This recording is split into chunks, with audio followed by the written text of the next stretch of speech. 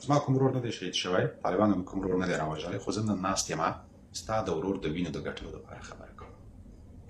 مګر ته ناست یې د خپل ورور له وینې تېرېږې، د قومیت په اساس، د پښتونولۍ په اساس د طالب تر څنګ ودرېږې. نو زما ورور خو تا وژلی اوس عقیب صاحب، تا نه زه بدل اخلم. زما ورور خو تا وژلی، طالب خو نه ده وژلی. اجازه راکړه، اوس نو غوږ ونیسه، ډېره حوصله مو وکړه درته. هیڅ هغه څوک، هر هغه څوک چې د طالبانو له ادرسه شهادت رسول شوی دی، هېڅوک یې ستا غوندې په سپین سترګېتوب باندې ملاتړ نه کوي. مګر دی کوي په سپین سترګېتوب، دا د سپین سترګېتوب اوج دی او دا د بې غیرتوب اوج هم دی. دې باندې رانه خفه هم نه شي، دا یو تریخ واقعیت دی چې درته یې وایم. کمپلی کې سر دننه کړه، ښه په ارامه مغزو سوچ وکړه، که زما دا خبرې غلطې وي راشه په مخ لاړې راکړه.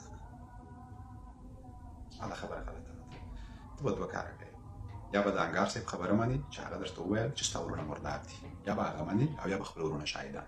که خپل ورونه شاهدان منې، خو بیا طالب مجرم دی، له هیبت الله نیولې تر دغه پورې. په شریعت کې حکم څه دی؟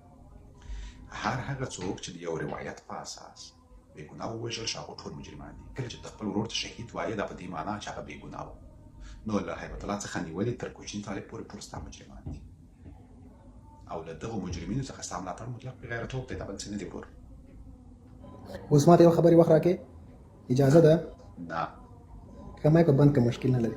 یو خبره به خالي وکړم، دغه خبره به سقیب صاحب زه ورته وکړم. د جمهوریت په لیکه کې په رښتیني ډول افغانان لکه سقیب صاحب بېلګه وایي، تاکل صاحب اقلا د 12 نه فارغ وو، هغوی ته خپل ضمیر دا اجازه نه ورکوله چې د عربي پوهنځي یو محصل زده کوونکی، یو انجینر، یو پیلوټ یا بل څوک دی، یعنې کله نه اراده ورته ولري چې د منځه یوسي، ته مخامخ بل ته وایي چې تا وژلی دی.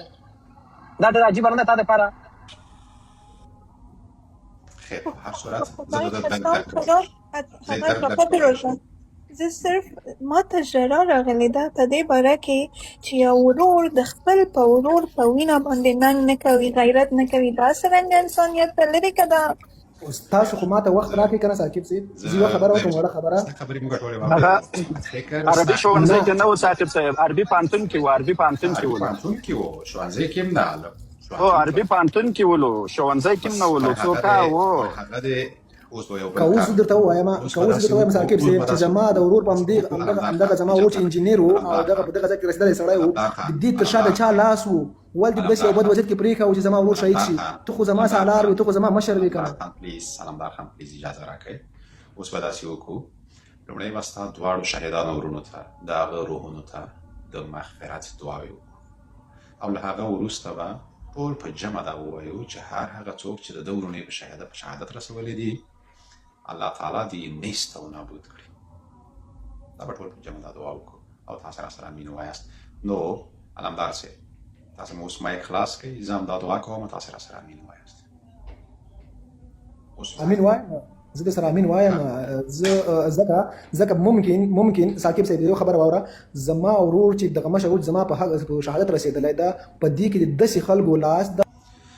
دا نور لاړ شه، بې ادبي معاف، امین ته هم کو نه شي ټینګولی.